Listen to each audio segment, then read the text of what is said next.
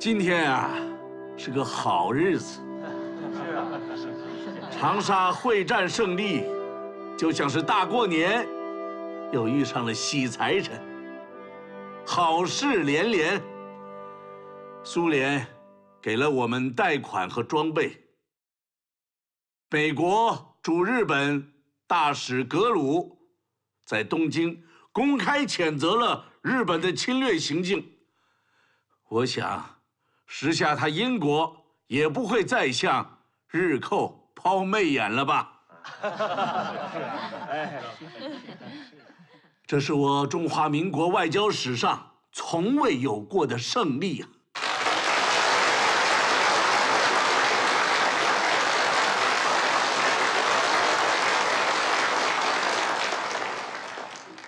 自卢沟桥事变后，我们呼吁国际社会支持中国，制止日本的野蛮入侵。但是那些经常因为中国民众运动而惊诧的所谓友邦，在我们最需要援助的时候，一个个都打起了不干涉的旗帜，对日本的野蛮入侵置之不理，对中国的求援和中国人民的灾难，他们是无动于衷啊！自抗战开始，中国就像被世界抛弃的孤儿，靠着自己民族的力量，在苦苦地支撑着。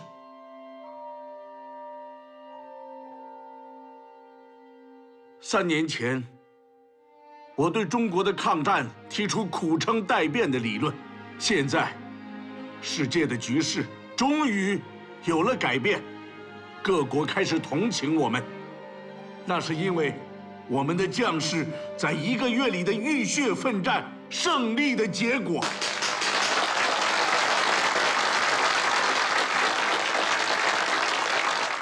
如果我们再坚持3到4年，我们的军民精神愈益发扬，而我们国家的地位愈益提高，那么世界各国对我们的同情也愈益深切，而日寇的武力的破绽，以及他们侵略的野蛮行径，也会表露于世，则世界局势的转变将对敌人更加不利。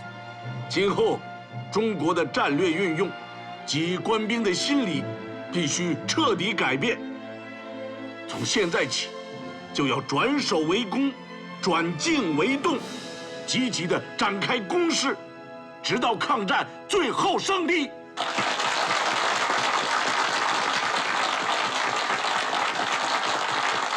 大家端起酒杯，庆祝胜利！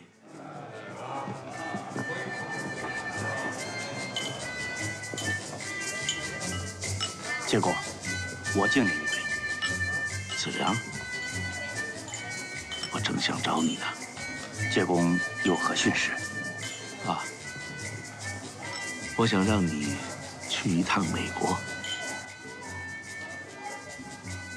介公是想趁美国通过中立法修正案的机会，去向美国提出大宗贷款的要求吧？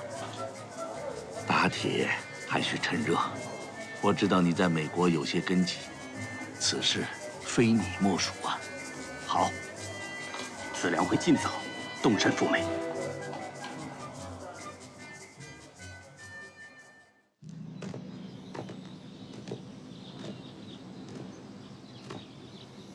大事な一戦を前に準備不足だった。これは反省せねばならん。自分は我が軍の撤退を失敗とは思いません。調査の戦い、これは重慶政府に対して軍事的圧力をかけることを目的としていた。だが逆に重慶政府と中国軍の士気を高めることになってしまった。これを失敗と言わず何という。敵の死傷者は我が軍よりもはるかに多く、故に我々は当初の目標を達成できずも大打撃を与えられました。この戦いで我々が勝利を手にできなかったのは節学一人を相手にしているのではなかったということだ。節学の後ろには億万の中国の民が立っていた。敗北は戦う前から決まっていたのか。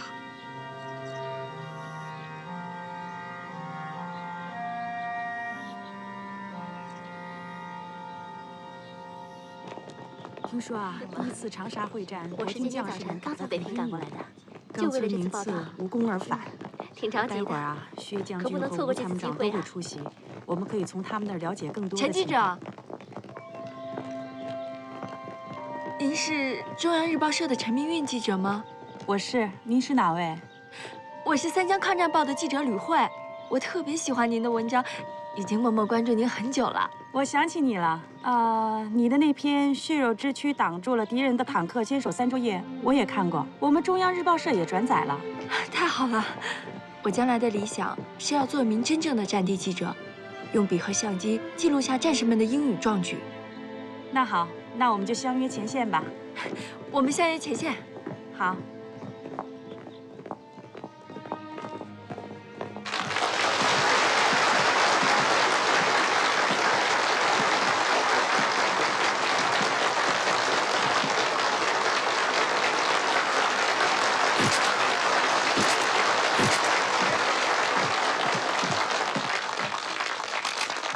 大家好，我是英国《泰晤士报》记者马丁。薛将军，根据中方战报披露，这次长沙会战歼灭日军3万余人，而日方战报却称只伤亡1000多士兵。双方统计的数字差距那么大，请问哪一方的数据是对的？这双方交战伤亡人数统计数字的误差，这可能是一个世界性的难题。你想获得一个双方都确认的统计数字，这可能有点困难。我向你提供这么一个事实，就是日军106师团总共有3万多的兵员。此次战役之后，他既被奉调回国，并且被永远地取消了番号。这事实就说明，日本自称他们只死伤了1000多士兵的说法是多么的荒谬。我是苏联塔斯社记者彼得洛夫，请问薛先生，据中方战报披露，长沙战役歼敌3万余，而中方伤亡达40293人，所谓胜利者的伤亡人数大大超过了对手，请问这样的胜利能称之为胜利吗？众所周知，我们和日军的武器装备悬殊很大，几乎可以这么说，我们是在用步枪手榴弹对抗日军的飞机大炮。从军事上讲，虽然我军伤亡很重，但是各军建制完好，补给之后马上就可以恢复其战斗力。最重要的是，我们粉碎了日军妄图攻占我长沙的企图，这是中国人民的重大胜利。我是中央日报社的记者陈明运，请问薛将军，此次长沙会战胜利的意义何在？这个问题提得好。我告诉你，日军是侵略者，他们经过多年的精心准备，对我国发起了侵略战争，因而他们采取的是攻势，这样就给人的心理造成这么一个错觉，那就是日军兵锋所及，指向哪个城市，哪个城市就得沦陷。日军的主力谁也挡不住，而长沙会战的胜利粉碎了这种错觉，它说明，只要我们上下一致，有抗战的决心和卓越的战场指挥，就完全可以粉碎日本军队的进攻。从这个意义上来讲，长沙会战的胜利将极大地提振我中国人民的抗战信心。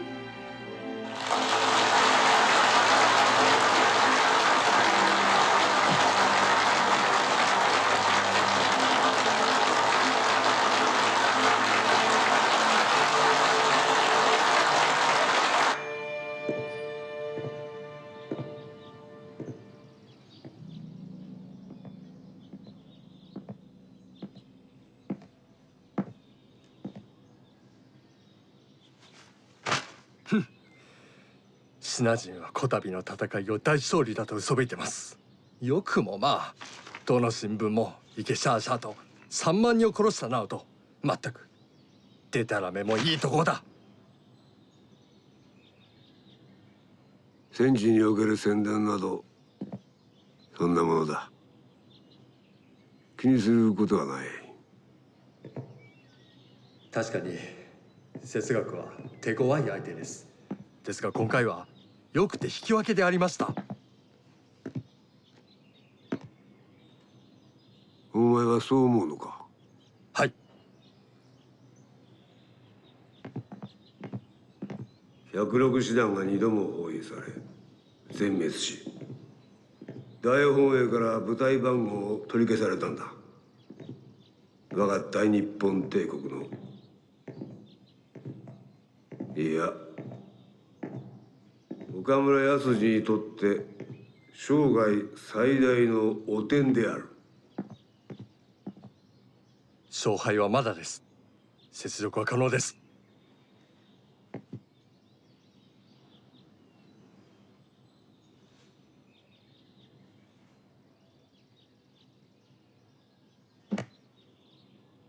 すぐに再度調査を攻め落とす作戦計画基礎を起こせ。そして大本営と派遣軍司令部に伝えろ。御意。あ、将軍殿、梅機関が曰く王政営は秘密裏に上海へ新政府建設の準備中とか。このろくでもない男の名前を出したくもないが、蒋介石を我々の用意した談判席に沿わせる、それが大事だ。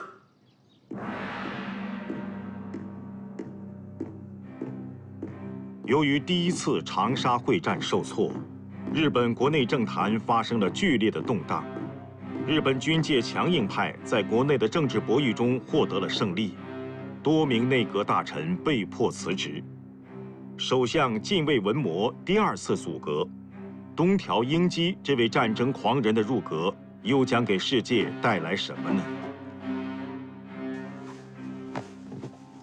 調査の戦いに失敗したことにより、国際情勢が急激に変化しております。米国が公式に我が国を批判するほか、イギリスやソ連も近衛首相閣下が閣下の見解の一つを訂正していただく必要があります。閣下は今、調査の戦闘が我が方の失敗だとおっしゃった。だがそれは事実に反する。確かに調査の戦闘では我が方は元の駐留地に撤兵した。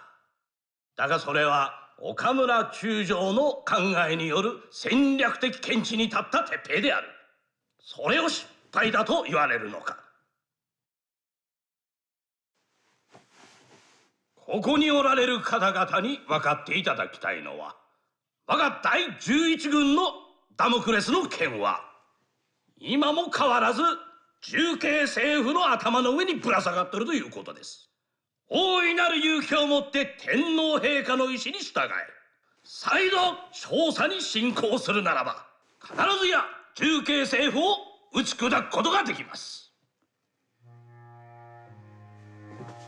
岡村中将からの調査への再進行を要請する報告書が皆様のお手元に渡っているかと思います。この報告書の中で一番注意していただきたいのは蒋介石の候補中央軍を叩き潰しさえすればシナ事変の早期解決につながるということです。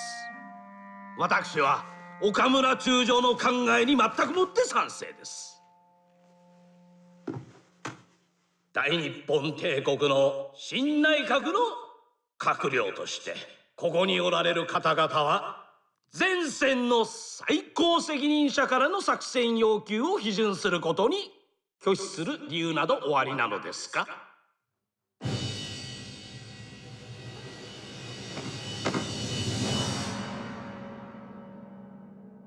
ああ、意見のある者はおるかね。ご承知の通り、日本周りの状況は激変しており、国内の経済はますます不景気になりつつあります。このまま戦争を続行し、国内の軍事供給を減らすことを望みます。そうすれば帝国は状況を激変という難局に対処する余裕ができるはずです。いかがでしょうか。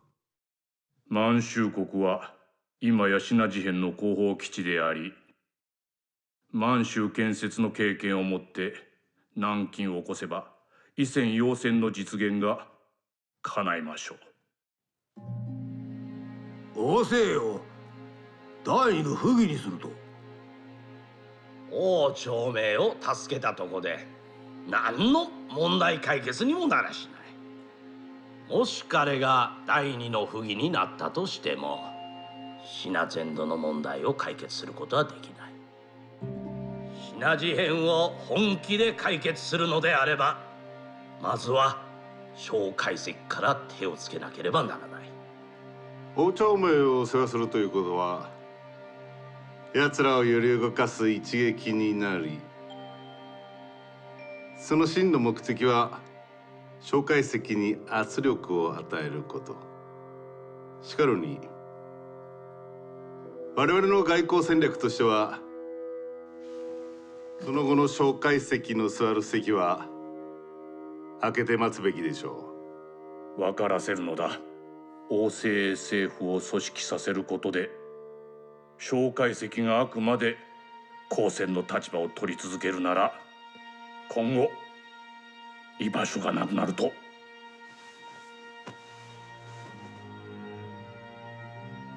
皆さんのご意見を総合しますとこういうことですかな。中継政府および蒋介石に対してはこれまで通り政治的軍事的圧力をかけ続け屈服させると。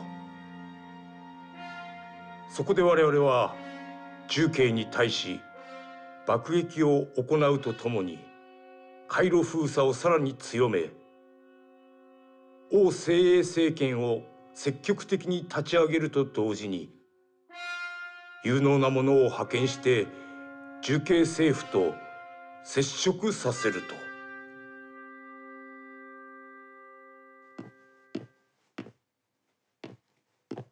邵先生，啊，你来了。林木君，请坐。好好好。邵先生，你约我来是有什么好消息告诉我？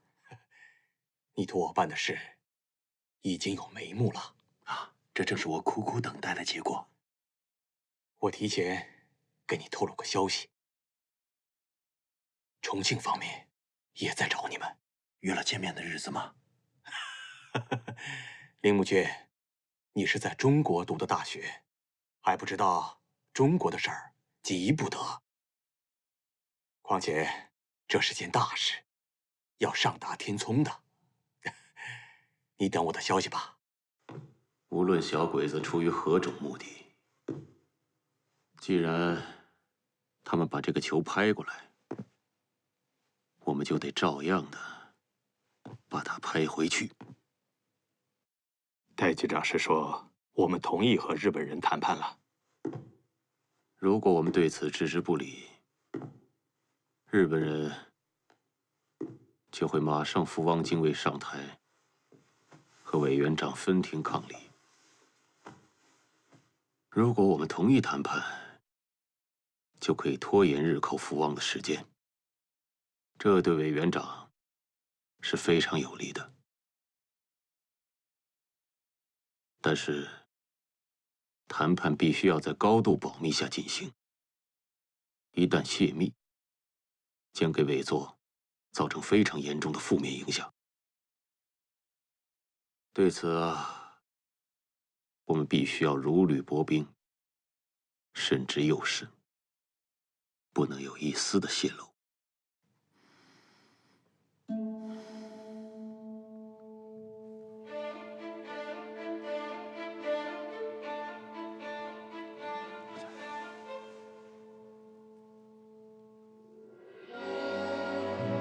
起来，站起来，站起来！来人，去带他换一套西服。是。请。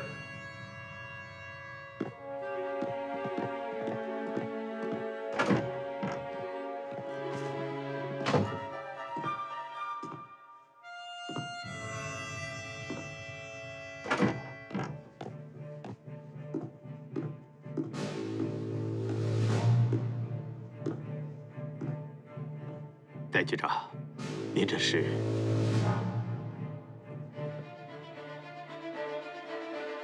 像，真像。你说我像谁呀？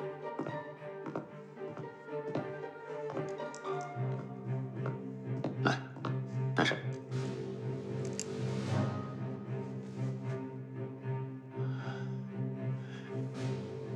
太像了。走，跟我去见委座。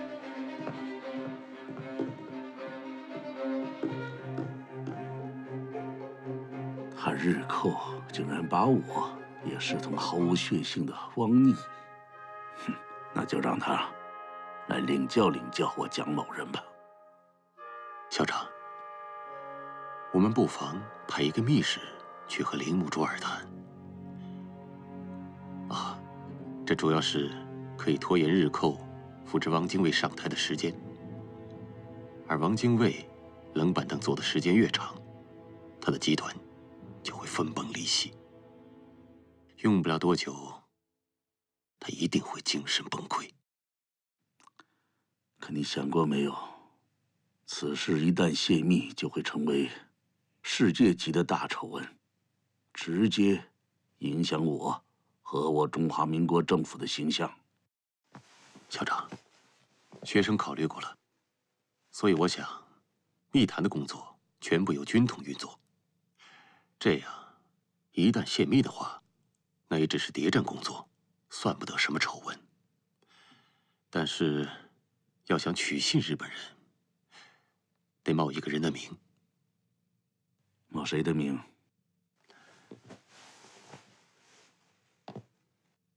宋子良先生。胡闹！子良是我的姻亲，万一泄密，这还说得清楚吗？啊，校长，学生说的是冒子良先生的名，并不要子良先生亲自出面。我怕你会弄巧成拙。校长，学生想请你见一个人。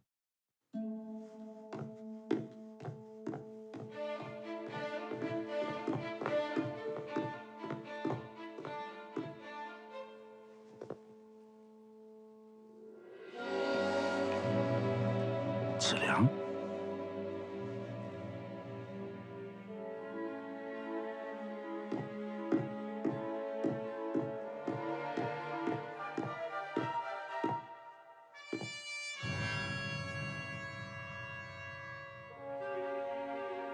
曾站长，还不见过委员长？卑职军统香港站站长曾扩，向委座致敬。想，真想。我明白你的意思了。这件事你自己看着办好了，办好了，你在军统可以记功，办砸了，你自己负全部的责任。我对此事毫不知情。学生明白。真的是太像了。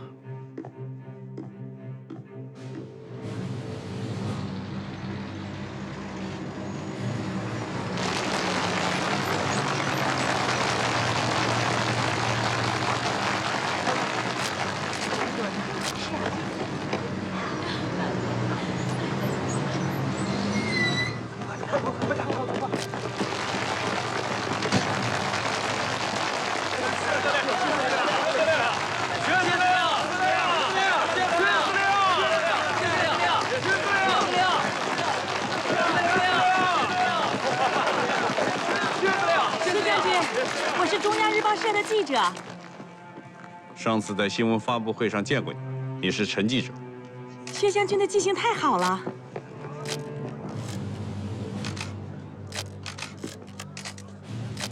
请问薛将军，这次我军缴获日军辎重多少？好，八路军。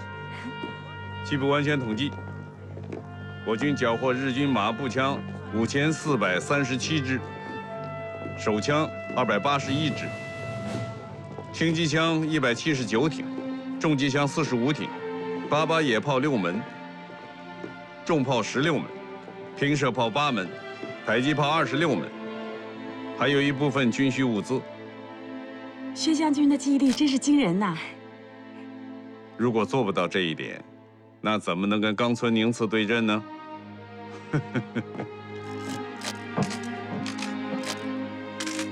这些战利品都是我湖南军民奋起抗战的结果。除了武器，我们部队要留以作战之外，别的战利品你们记者朋友可以随便挑一件，留作纪念。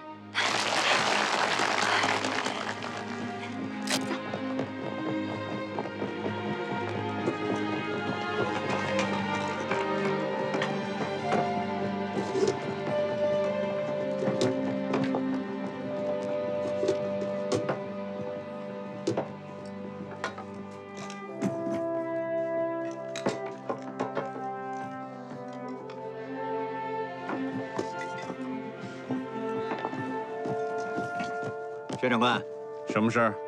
统帅部来电，要我们开办游击干部训练班。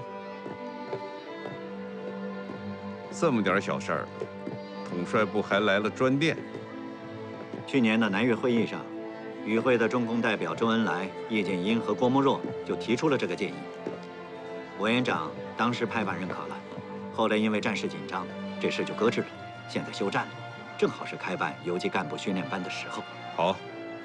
既然统帅部已经来专电了，那你就拟个实施方案吧。好。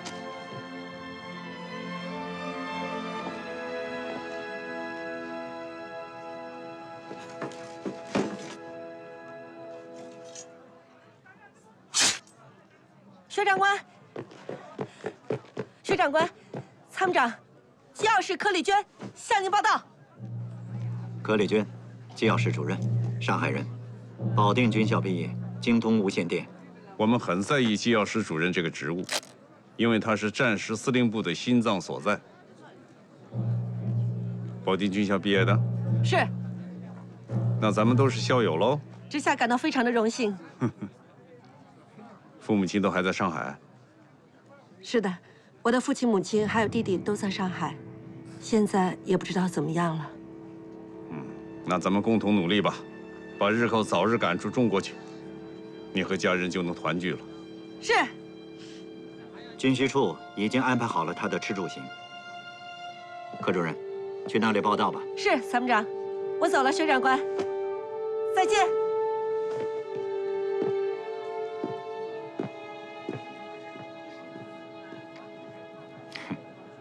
像个军校毕业的。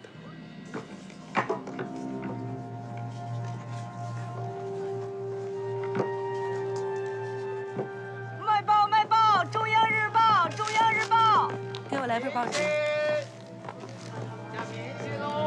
谢谢。卖报，中央日报，中央日报。老板，来碗馄饨。哎，要的，马上来。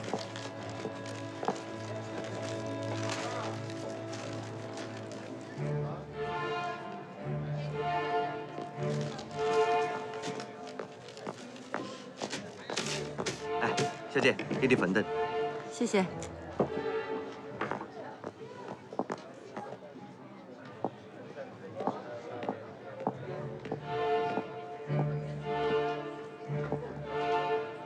柯主任你好。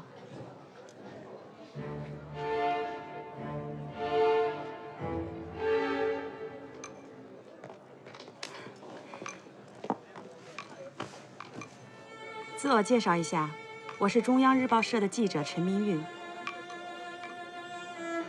怪不得，这报上的文章就是你写的吧？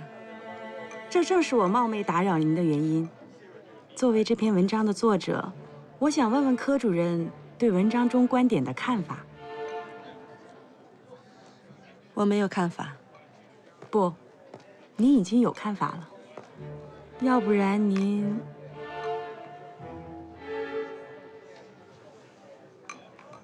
你真想听我对这篇文章的评价？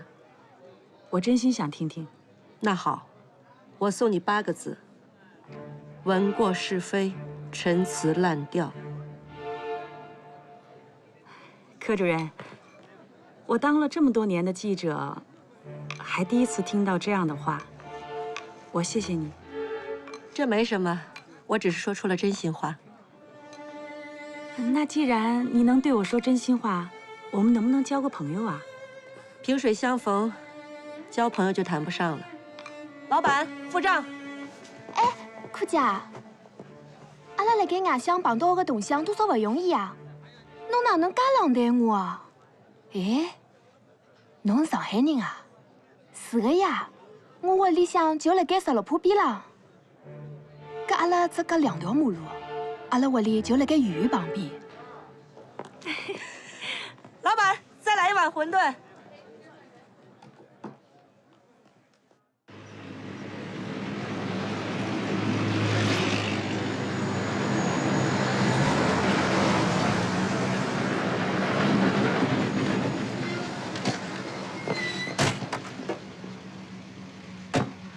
立正！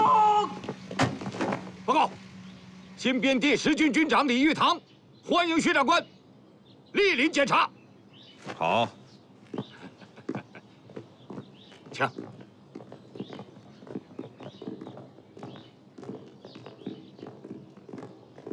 玉堂兄，薛长官，万家岭打胜，你不就是功臣？这次长沙会战，你不真是打出了军威？最高统帅部把泰山军的称号授给你们，我这个战区司令官脸上也有光啊。现在你们整编为战区直属第10军了，以后我更得多多依靠你了。我军能有建功，全靠薛长官指挥得当，调度有方。我全军将士感谢薛长官。你有给我戴高帽是不是？老东西。薛长官，请。立正！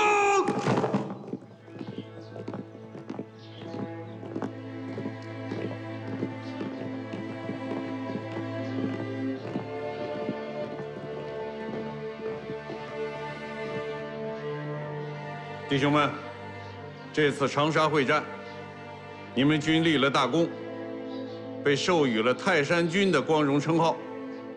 今后，你们要以驱逐日寇为己任，奋勇杀敌，再立新功。防守，你们就要像泰山一样纹丝不动，让任何来犯之敌都难以逾越。进攻，那就更要像泰山一样，压倒一切，势不可当。让日寇一听见你们泰山军的名号，就胆战心惊。那位营长来了吗？谁？大家不知道我说的是哪位营长吧？就是带人奇袭营田，炸毁了敌人军需仓库的那个尖刀营营长。他的名字我还记得，叫李本忠。别看他只是个小营长，这次会战胜利，他是立了大功的。我这次来，就是要当面嘉奖他。薛长官，军里头已经给他记功了，正准备提拔他当团长呢。嗯，好，就得提拔这样的英雄，才能鼓舞斗志，弘扬正气。是。怎么还不出列啊？王学娟，李本忠呢？薛长官，李本忠正在给新兵练兵备战，快把他叫来，薛长官要见他。不用了。既然他在训练备战，那咱们就去看看这位功臣是怎么备战，怎么个训练法。是。请。所谓游击战，就是说，我们要穿梭于敌人的优势兵力之间，这个穿梭就是这个“游”字。至于这个“击”字怎么理解呢？就是我们要抓住有利战机，歼敌一步，拿起拳头狠狠来这么一下子。说白了，就是要避敌之长，击敌之短。只有这样，才能为自己创造机会。哎，师傅，上回咱们打营田，你让3个连同时出发，但是呢，又不让向镇里边突击，吸引敌人的火力。这个时候，你让尖刀班去完成炸掉敌人弹药库的任务，这种迷惑敌人的假象，应该就是您说的这个游击战吧？你也可以这么认为。这样吧，我还是举一个实战的例子给大家讲一讲，什么是游击战的战法。来，大家都看这张图，川、黔、滇3省交界的这个地图。当时双方交战的部队，这样，我就不具体的说是哪个部队了。我以甲军和乙军来代替。当时的这个甲军呢，佣兵不过3万，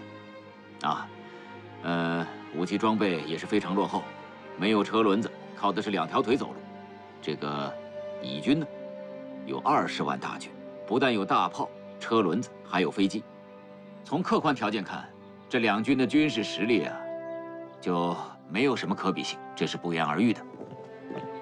所以，很快，这个乙军利用他的优势兵力，还有他车轮子的速度，对甲军形成了重重的包围。如果说没有后来像扎西的走，或者说没有后来的挥师东进2渡赤水的走，那又怎么可能创造战机，最后歼灭敌人，取得胜利呢？听听。如果说没有后来的3渡赤水和4渡赤水，又怎么可能牵着乙军的鼻子，让他团团转，最后把他脱皮脱垮呢？所以说，处理好打和走，这才是游击战的精髓所在。刚才我向大家介绍的4渡赤水的战斗，可以说是游击战里的典型战例啊。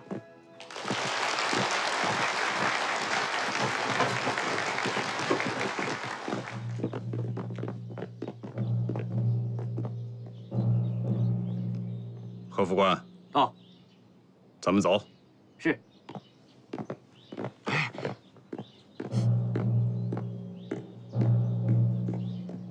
怎么了？你说怎么了？啊？哎呦，我也不知道谁把共党请到这里来讲课的呀。讲哪段不好，非要讲赤水河围剿红军那段。你又不是不知道，那是薛长官指挥的。我看你怎么收场。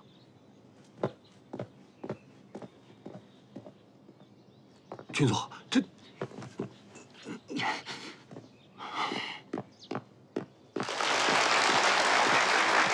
李本忠，到，立正。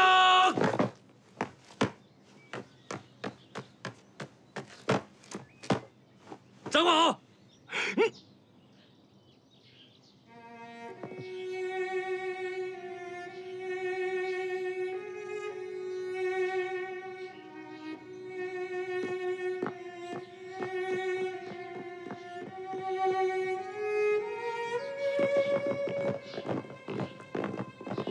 方宪觉，我告诉你，今天你必须把这个事情给我说清楚。你要是说不清楚，我拿你师长开始，我一级一级的往下撸，我全给你们撸了。方师长，李本忠可是你们御史师的，你这泡烂屎啊，你怎么擦吧？哎，他事先又没跟我打招呼，我不知情啊。不知情就没有责任了。李本忠是不是你部下？啊？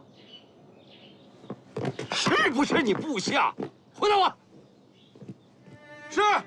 你的部下把一个共产党请到我们部队里，讲什么游击战，还以什么红军4渡赤水为例，找死啊你！我告诉你，这就是严重的政治事件。你身为师长，他娘的还敢说我不知情？不知情当什么师长？干脆下连队给我当兵去算了！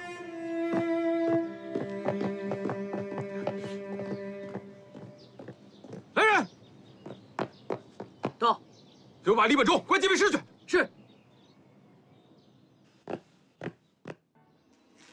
师傅，哎，别再叫什么师傅了啊！要是再被你们长官听着，又要不开心了。打营田那仗，我打心眼里边就服你，您是我一辈子的师傅。哎呀，今天这事儿啊，没准是我给你们惹的祸，跟你有什么关系？也许啊，我不应该拿4渡赤水这个战例来讲啊。可是我总觉得这个战例呢，可以很容易的让你们了解游击战是怎么个打法。但是不小心被你们长官听到了，因为啊，你们这里有许多长官不喜欢听到这个战例。不会吧？那么精彩的战役，哪个长官不喜欢听啊？行了，我一时呢也说不明白。这样，我还有事儿，我先回长沙了。谢谢教官。谢谢教官。再见。来，我送。行了，不用送，你们赶快备战吧啊！您慢点啊。哎，营长啊，刚才看长官生那么大的气，是不是出什么事儿了？我们也没有犯什么军纪啊。是啊，营长，你再好好想想，你是不是干什么让长官不开心的事儿了？对，再好好想想。我能干什么让他们不开心的事儿？就算是有，那也是团长生气啊，军长师长咱够得着吗？就是啊，也不太就是啊。李本忠，跟我们走。去哪儿啊？禁闭室。为什么？对呀，为什么带我们营长去禁闭室啊？哎，谁的命令啊？这是军部的命令。我听说，薛长官对长沙的共党组织下过禁令，不允许他们在我们第9战区进行任何活动。现在可好，共党被请到我们部队当教官，这薛长官能不生气吗？我认为啊，这件事一定要从政治的高度严肃处置，否则没法向薛长官交代啊。处分是肯定的，不过薛长官当时一句话没说，扭身就走，谁知道他心里想什么？你叫他说什么？拂袖而去还不够啊！他要说的就2个字：枪毙。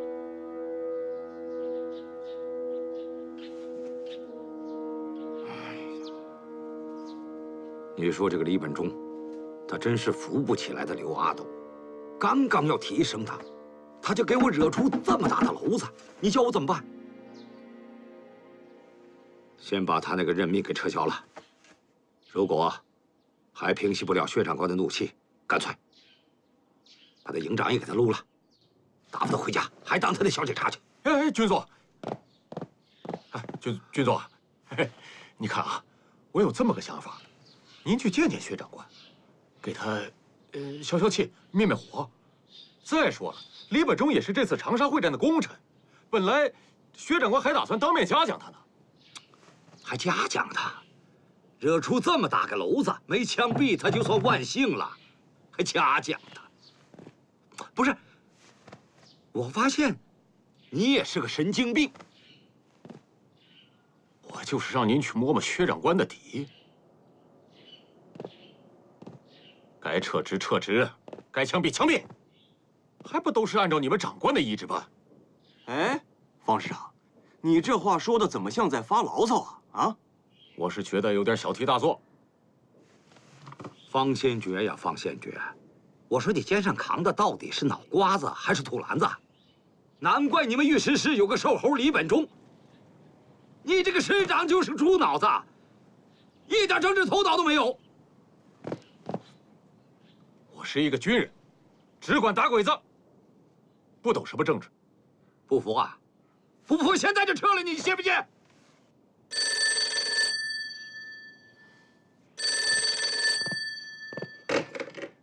我是第10军御史师师长方先觉，说话。你们军长在吗？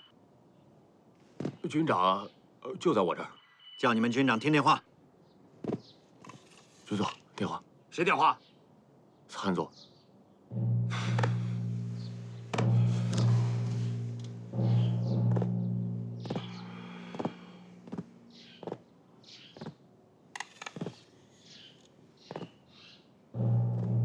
参座，我是李玉堂，马上把李本忠押过来。怎么？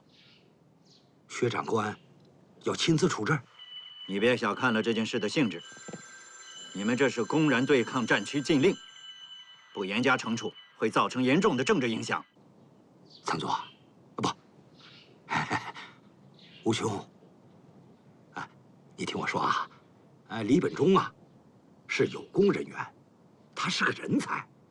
您看，能不能在薛长官面前给求个情，美言几句？哦，那就不难为你了。吴兄啊，那么薛长官想如何处置，这个您能不能给透露透露啊？薛长官没和我商量过如何处置，反正轻不了。拉屎总得擦屁股，你必须亲自把李本忠押过来，这是薛长官的命令。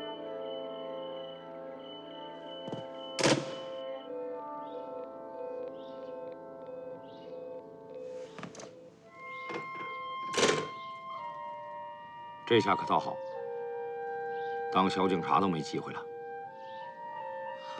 军座，我觉得这个事儿真有点小题大做了。你想想，一个堂堂的战区司令，为什么非要和一个小小的营长较劲呢？哎呀，你闭嘴吧！这件事说小就小，说大就大。要从政治的角度上说，那就是天大的事件。现在国共两党虽然合作了，但是两党之间的关系是很微妙的。微妙，你懂吗？我就知道你不懂。大敌当前，军内不能出半点差错，这个你应该懂吧？真是个猪脑子！你还站着干什么？执行命令！是。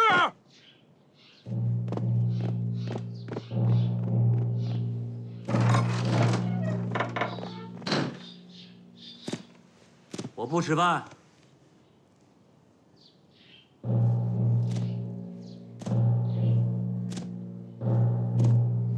师长，师长，师长，你心里还有我这个师长吗？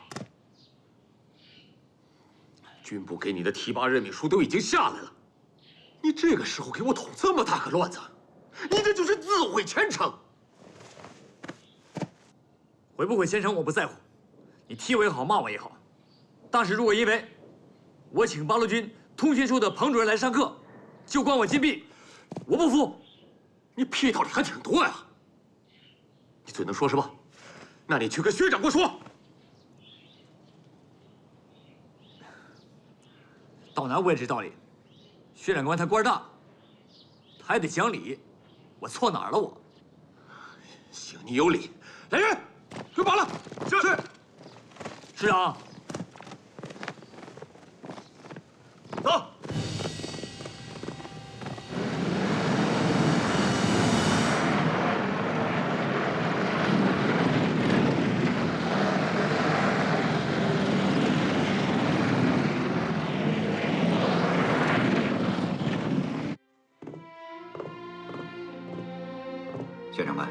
伙熬打了，他们一会儿就到。好。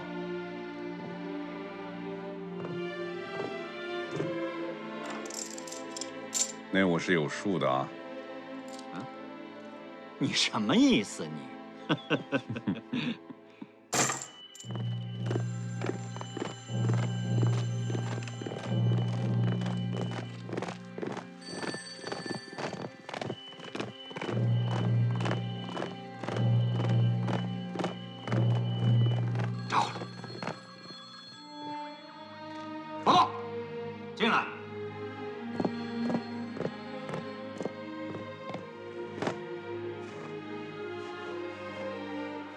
第10军军长李玉堂奉命赶到。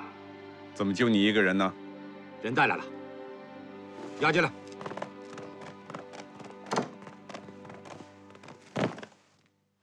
怎么回事？报告薛长官，本部营长李本忠擅自做主，请共党出任教官，违反长官禁令，是一起严重的政治事件。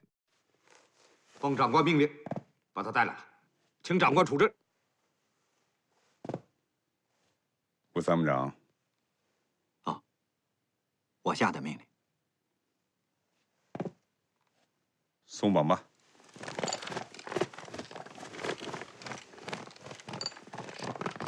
各位长官，我犯什么法了吗？你还犟嘴，不要命了？就算枪毙，我要说句话。快闭嘴吧！你想说什么？我冤枉！大胆！李玉堂，让他说。当时打营田，小鬼子有一个中队180人，武器精良，而我们只有一个营，要想拿下敌人的军火库，谈何容易？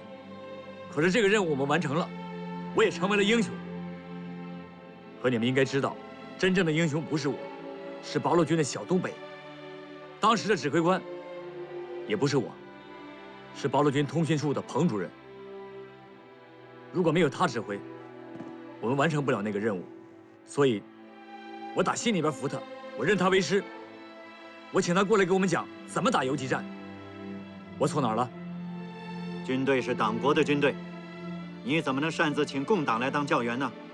报告长官，我不懂政治，国民党也好，共产党也好，谁人打小鬼子，我就认谁为师。你知道那场战役是怎么回事吗？经典战例。甲军300人被乙军20多万人围追堵截，最后成功脱逃，在乙军的鼻子底下逃跑的，这不精彩吗？住口！滚出去！滚！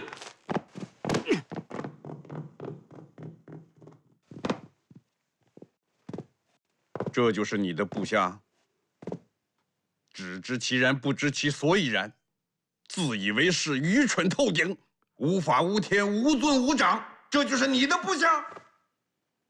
是，薛长官不跟他一般见识，真是大人大量。这个李本忠也不像个军人，哪个军校毕业的？他没进过军校，那怎么当了营长了？说起他呀，还有一段传奇的色彩。他原本是长沙的一个小警察，会战打响以后啊，他们几个警察奉命往草鞋岭阵地送弹药，当时阵地上连长牺牲了，就火线任命他为连长。后来营长又牺牲了，又火线任命他为营长，带领剩下的几个弟兄坚守阵地。小鬼子的几次冲锋都被他们打下去了。后来打的只剩下他和通讯员2个人了，但是阵地还在他们手里。他的确没有经过正规训练，所以不知天高地厚。你说一个堂堂国军，竟然拜起师傅来了，让长官们见笑了。薛长官今天饶他不死，但是我不会轻易放过他。回去以后，我先把他这个小营长给他撸了，我替长官出气。行了，找他来是想当面嘉奖他的。你看，大洋都准备好了，这闹成什么了？怎么？长官让我带他来，不是要处置他呀？处置什么？为了那个彭中华呀？我没那么小肚鸡肠。是。李军长，今天这事儿就到这儿，以后不提了。回去以后要严加管教。堂堂一个国军军官，动不动就拜师，像什么话？知下一定严加管教。薛长官，我可以走了吗？去吧。是，薛长官。站住！你干什么？这不是要嘉奖他吗？这小子没这命，奖金收回了，放下。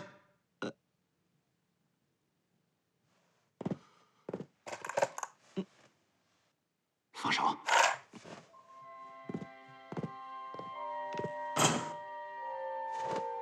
是。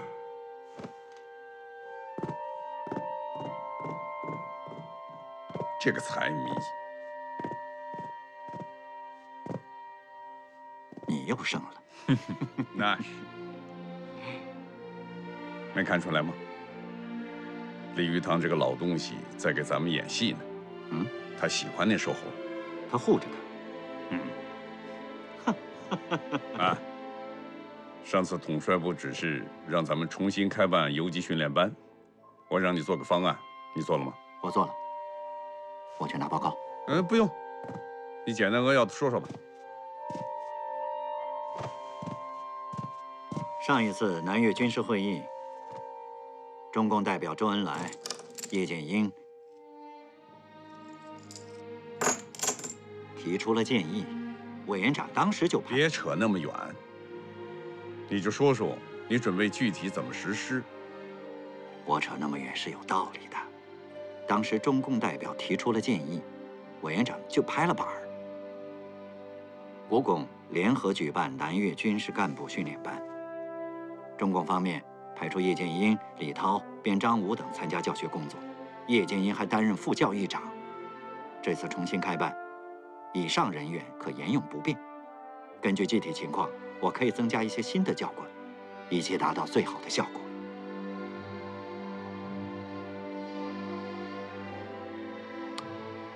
行不行？你表个态呀！反正是由你负责具体落实，我不想掺和这事儿。我挑什么样的教官，你总得点头吧？我不管，你爱挑谁挑谁。这可是你说的。对，但是你得给我培养出几个能打游击战的指挥官来。好，我保证挑几个让你满意的教官。林木君，我今天是以国民政府信使的身份来和你接洽的。你是说国民政府同意和谈？国民政府有些先决条件，让我带话。请说。一，重庆方面为了表达诚意，国民政府将派能够代表最高当局的权威人士，与贵方洽谈。作为对等的条件，重庆国民政府要求日本方面派出的人也能够代表日本政府。不知重庆方面会派谁出席？请原谅，我不能够提前泄露。我要说的第二个条件，国民政府必须得到保证，此次谈判为绝密，双方必须严格恪守。如有泄露，立即终止谈判，并因此不再和日方有任何的接触。这个我可以做出切实保证。既然作为合法的政府与你们谈判，就不能没有一个先决的条件。什么先决条件？你说说看。什么都可以谈，但有2个东西不容谈判。2个什么东西？中国的主权和行政的管辖权。我不能够给你答复，不过我们可以商量。不容商量。这2件事情得不到落实，一概免谈。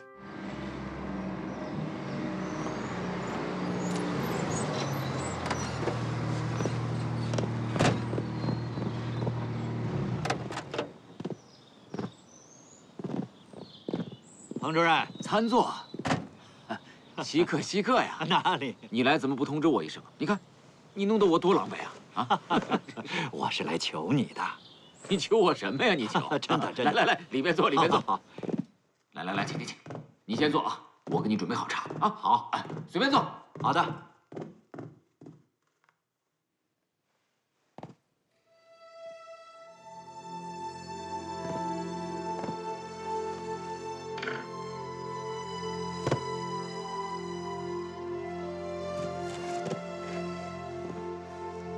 3个火枪手来了，来，武兄喝茶，坐。彭主任啊，懂法文？哎呀，我以前在法国留过学哦，那都是10多年前的事了。没事的时候呢，再看看这些书，不然我那法文早就忘了。哎呀，共产党的队伍真是藏龙卧虎啊！要不然我们委员长啊……好了，言归正传，你到底找我有什么事儿？是这样。 这次长沙会战，贵部发动群众，破路灌田，劫军火，炸营田，功不可没呀。本来长官司令部决定给你们请功，但是你们不属于我们的编制，所以就呈报重庆八路军办事处，请周恩来先生向延安为你们请功。全国抗日，功在救国，这个请不请功的不提也罢了。武兄啊，你赶快说吧。 到底找我什么事儿？我刚才就说了，是来求你的。你还真求我？是这样。为了备战日寇再次侵犯长沙，第9战区长官司令部决定重新开办游击干部训练班，想打造几支能打游击的队伍。这个想法好啊！哎，当年不就是我们国共2党？ 共同创办了南粤游击干部训练班吗？而且还办得有声有色。没错，叶剑英先生出任了游击干部训练班的副教育长。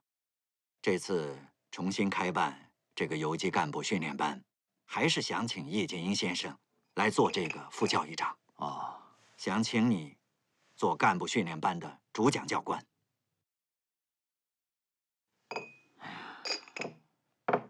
彭主任。 是不是有什么顾虑啊？你放心，叶先生那里一定会大力支持的。你误会了，我顾虑的不是这个，我顾虑的是你们薛长官。薛长官，说来惭愧啊，这不前些日子我到李本忠营里给他们讲了些游击战的事吗？哎，当时你也在啊？我在。我这一不小心。 就把你们薛长官给得罪了，所以啊，我一直想找个机会，想当面向薛长官解释道歉。哎呀，中华兄，我觉得你那天是有点过分了啊！你说你讲游击战就讲游击战吧，你当着他的面哪壶不开提哪壶。你知不知道，那场战役是薛伯龄这一辈子最大的痛。 你这么一说，看来这个事情的确有点严重啊！不行啊，武兄，你无论如何得替我在薛长官的……好了，过去了，这篇就翻过去了。我这次来，就是奉薛长官的命令来请你的。好，承蒙不弃，中华定竭尽全力。就这么说定了。香烟，香烟了，香烟。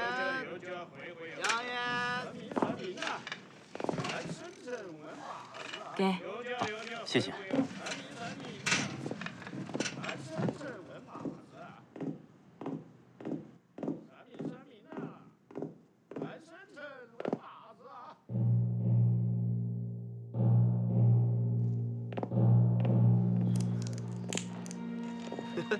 哟，小姐，您来壶茶。小姐，您来壶什么茶？ 来壶洞庭春。好，小二，哎，洞庭春一壶。好嘞。来，小姐，您的洞庭春。谢谢。好，您慢用。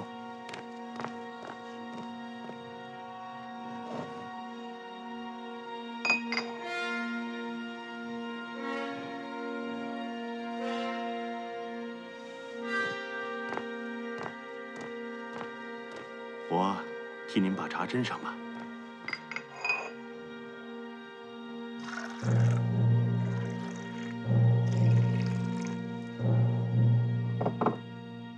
檐前三滴水，浪中起波涛。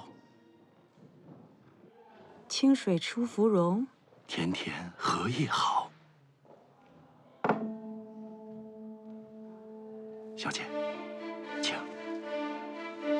请。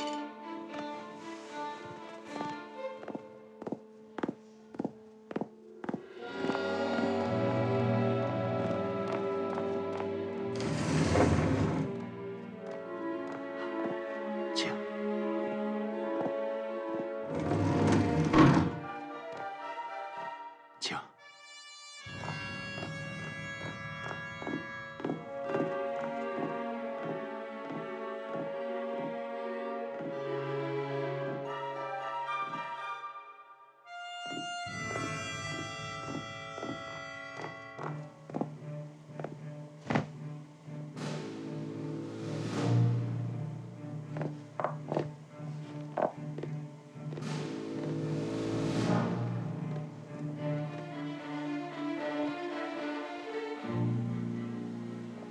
明韵小姐，一别经年，想不到会在长沙相见。波田君，我还真怀念在京都赏樱花的时节。那时的你，真是雄姿英发。想不到，明韵小姐会成为我的同行。早知道如此，当年就该推荐你跟我一同进入中野特工学校。战争年代，谁也无法把握自己的命运。怎么这话听起来，小姐对此次长沙的使命还心存遗憾呢？波田君，你知道我的姑父是谁吗？汪精卫。明白了。松机关已经电告我，要我做好迎接陈小姐的准备。原来小姐是汪先生的至亲。这次我是带着特殊使命来长沙的，你立刻电告松机关，并转上海的梅机关。我已经在长沙军政核心展开工作。好的。另外，我还看中了一个对象，并制定了一个策反计划，但要策反成功，还需要梅机关的配合。明白。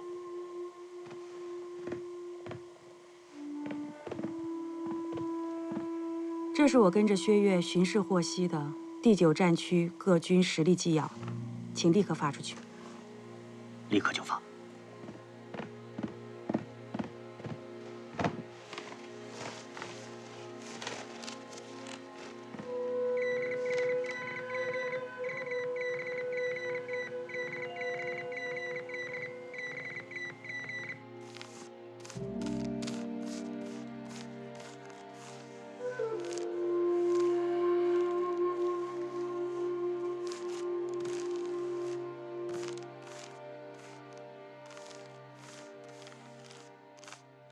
将軍殿、それは何ですか？前回の戦いではこの第8軍が一番の敵だった。次の戦いではこの第8軍を一番の攻撃目標としなくてはならん。松木官からの報告で第8軍は第10軍に編成されたとか。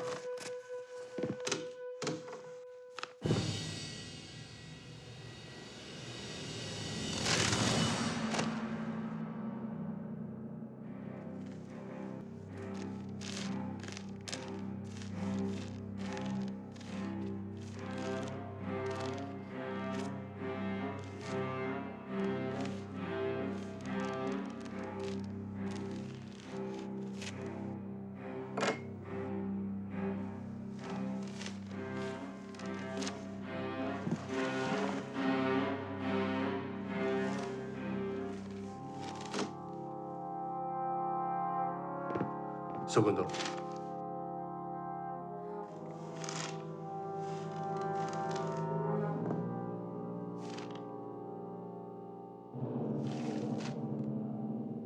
この情報は非常に重要だ。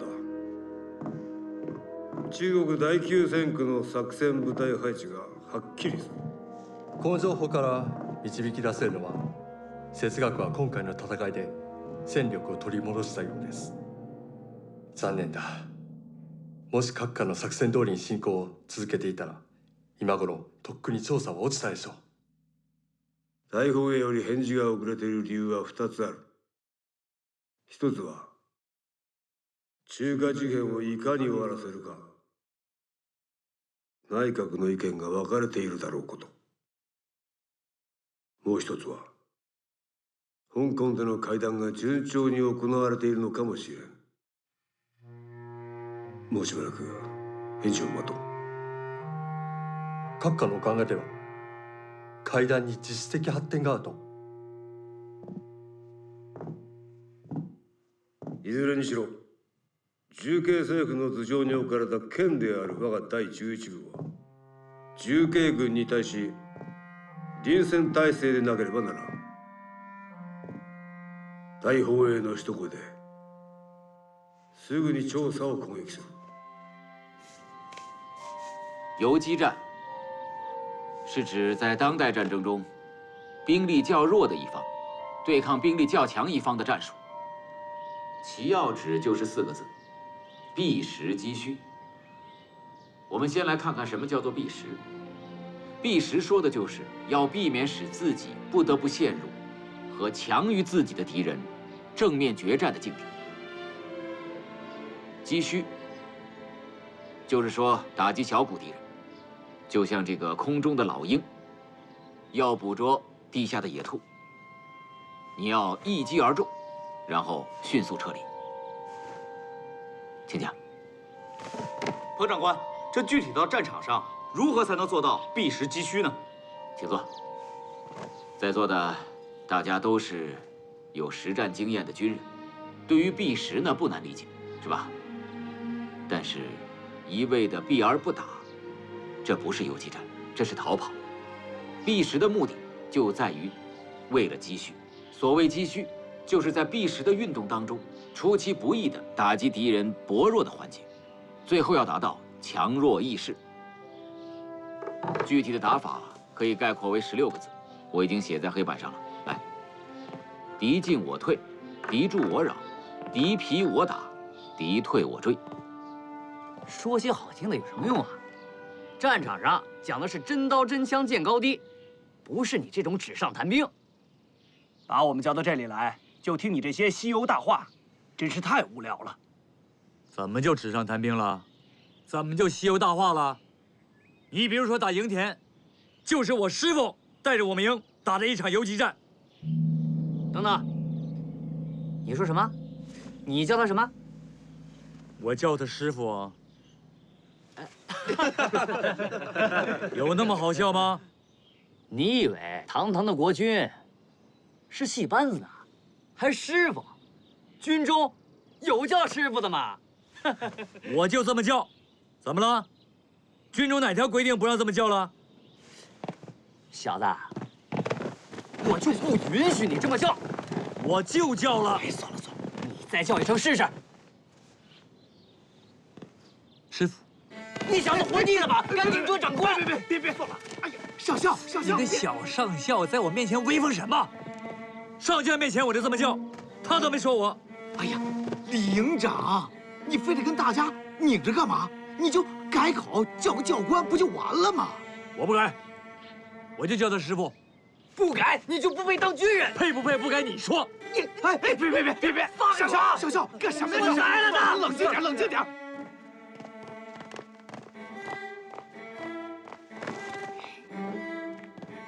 彭主任回来了啊！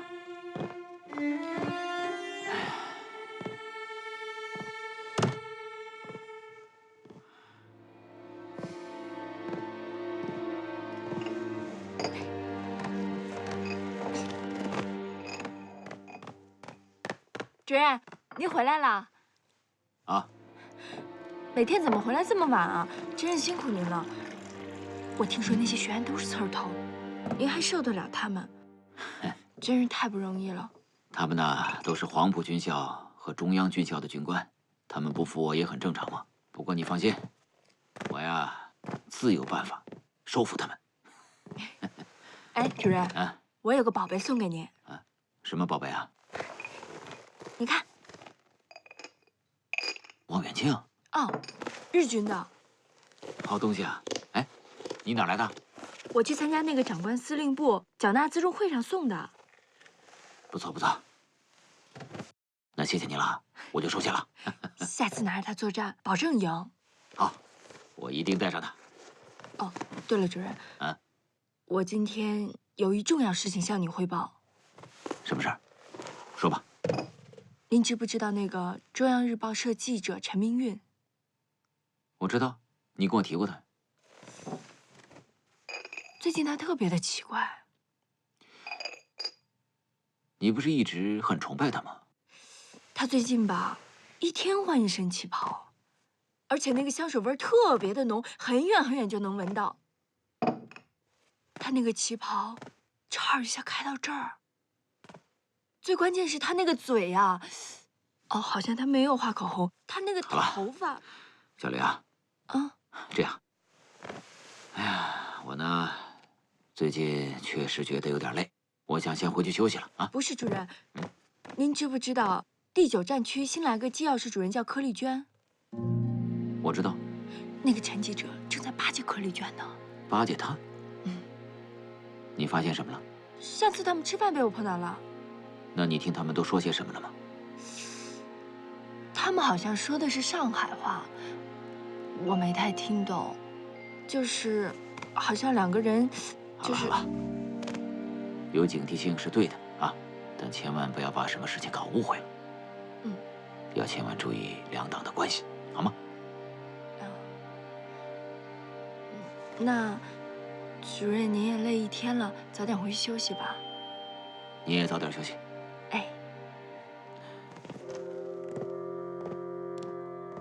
主任，望远镜。大姐，里面请。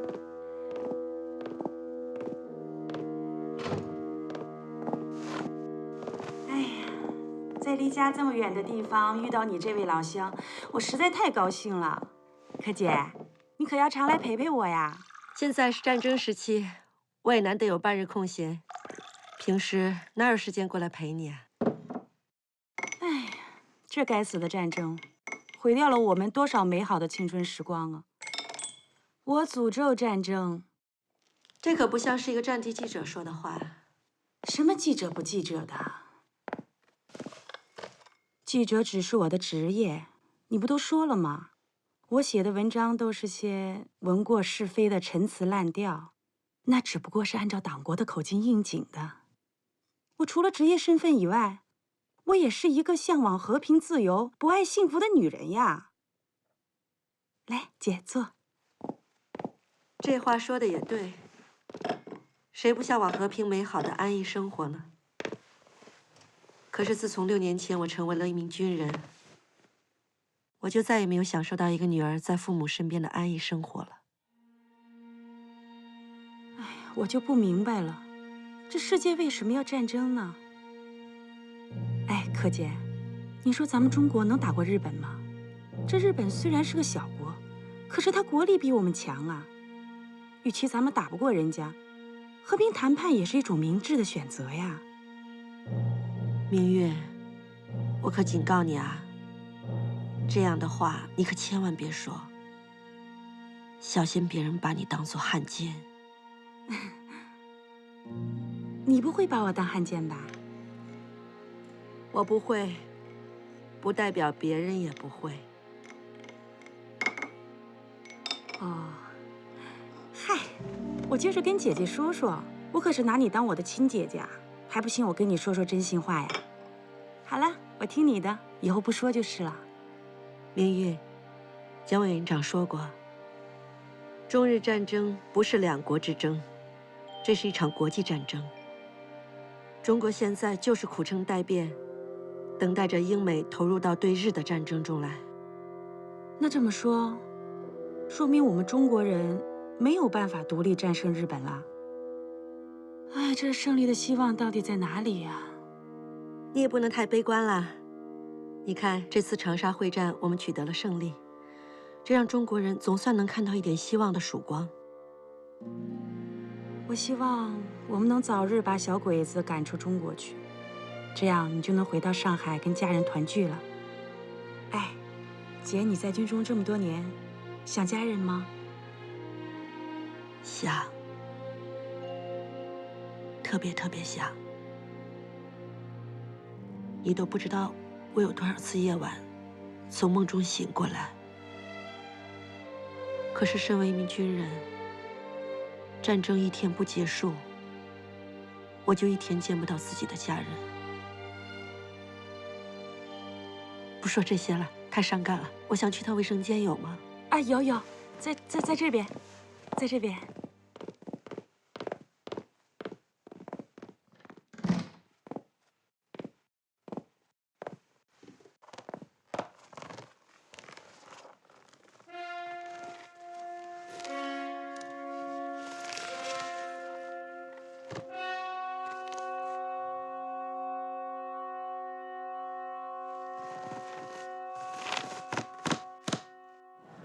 姐姐，真舍不得你走。谢谢你啊，明月。今天跟你聊得真开心。你以后有空的时候哪儿都不许去，就到我这儿来啊。难得我能碰到上海同乡，再说我也好久没有这么开心聊过天了。哎，黄包车，我走了，慢点啊。哎，再见，再见。陈记长。吕慧啊，怎么是你呀？哦，我刚好从这路过。刚才那个姐姐我看着特眼熟，好像在哪儿见过她。啊，她是我一个同乡，过来探望我的。哦，你有什么事儿吗？哦，我最近写了一个关于战地生活的报道，想请你帮我看看。哦，我今天有事儿，改天吧。啊，我先走了啊。